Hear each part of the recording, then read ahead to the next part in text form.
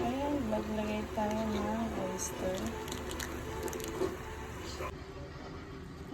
Luto na to guys, ang ating lumpiang toge. So, papalamigin natin dahil ibabalot natin sa lumpia wrapper.